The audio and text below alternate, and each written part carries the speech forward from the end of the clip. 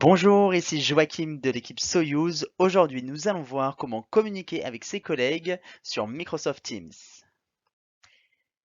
Notre objectif aujourd'hui est donc de voir en 5 minutes comment communiquer efficacement avec vos collègues à l'aide de Microsoft Teams. À la fin de cette courte présentation, vous saurez démarrer une conversation privée, partager des documents au sein d'une conversation et lancer un appel audio ou vidéo avec vos collègues. Commençons tout premièrement par démarrer une conversation privée. Et voilà, on se retrouve sur Microsoft Teams. On va donc aller sur l'onglet Conversation où l'on peut retrouver nos conversations. C'est donc un historique classé de la plus récente jusqu'à la plus ancienne. Maintenant, si je veux commencer une nouvelle conversation, je vais cliquer sur cette icône et dans ce champ-là, je vais taper le nom de la personne que je veux contacter. Je trouve Myriam et je peux donc commencer une conversation avec elle. Voilà, bonjour Myriam. Hop, comment ça va? Et elle peut me répondre, très bien merci, et toi? Très bien. Donc on voit tout de suite que c'est une conversation sous format chat, c'est donc une conversation directe, et on peut, si on veut, dans la barre de saisie ici, mettre en forme le texte. Donc on peut mettre en forme, on peut joindre aussi des pièces, rajouter des émoticônes et des gifs. Ça va nous permettre d'avoir un langage plus naturel et moins formel que ce que l'on peut retrouver dans nos courriers. Maintenant, si l'on veut avoir une conversation à plusieurs, on va pouvoir ajouter un participant sur la barre d'action en haut à droite.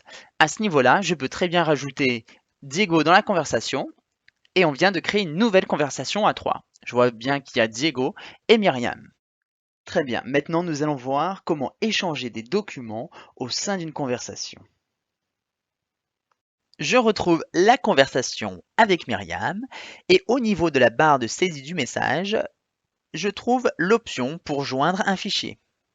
Ici, je peux soit sélectionner un fichier qui est stocké sur mon OneDrive, qui est mon espace de stockage personnel, ou alors sur mon ordinateur. Je favorise OneDrive, ce qui me permettra de collaborer avec Myriam. Je choisis le fichier que je souhaite lui partager et je l'envoie. Maintenant, Myriam pourra retrouver le fichier directement dans le fil de notre conversation. Et dans le futur, si elle souhaite retrouver l'ensemble des fichiers que nous nous sommes partagés, elle pourra aller dans l'onglet Fichiers ici et retrouver les fichiers que je lui ai partagés. Et enfin, regardons maintenant ensemble comment lancer un appel audio ou vidéo avec vos collègues. J'ai ici deux boutons, un qui me permet de lancer un appel vidéo et l'autre un appel audio. Je vais donc lancer un appel audio avec Diego et Myriam. Voilà, l'appel est lancé. Je vais attendre qu'ils décrochent de leur côté. Je vois que ça sonne chez Myriam et elle a répondu. Je peux maintenant, sur la barre d'action ici, activer ou désactiver ma caméra, activer ou désactiver le micro et partager du contenu. Cette option me permet de partager un fichier que j'ai d'ouvert ou tout mon écran, ce qui va permettre aux participants de voir l'écran de mon ordinateur. On pourrait très bien imaginer partager un support de réunion et le présenter à tout le monde. Ici, je peux encore avoir d'autres actions, par exemple afficher les paramètres de périphérique. Une fois que l'appel est terminé, il ne me reste plus qu'à raccrocher. Et voilà. Très bien, maintenant voyons voir quelles sont les bonnes pratiques pour être efficace avec Microsoft Teams en termes de communication.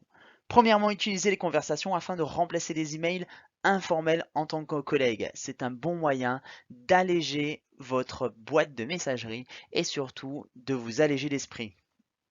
Une deuxième bonne pratique est de répondre aux appels depuis votre téléphone avec l'application Teams que vous pouvez télécharger sur iOS ou Android. C'est aussi un bon moyen d'être connecté et de pouvoir répondre en temps réel. Et la troisième bonne pratique que je vais vous laisser aujourd'hui, c'est en mobilité. Vous pouvez aussi envoyer des messages audio dans les conversations, ce qui vous permettra de répondre rapidement à une personne sans avoir besoin de se poser sur le coin d'un bureau. Voilà. Merci à tous, j'espère que ça a été utile, que vous avez appris quelque chose et il me reste plus qu'à vous souhaiter bon courage et à très bientôt pour un nouveau tutoriel.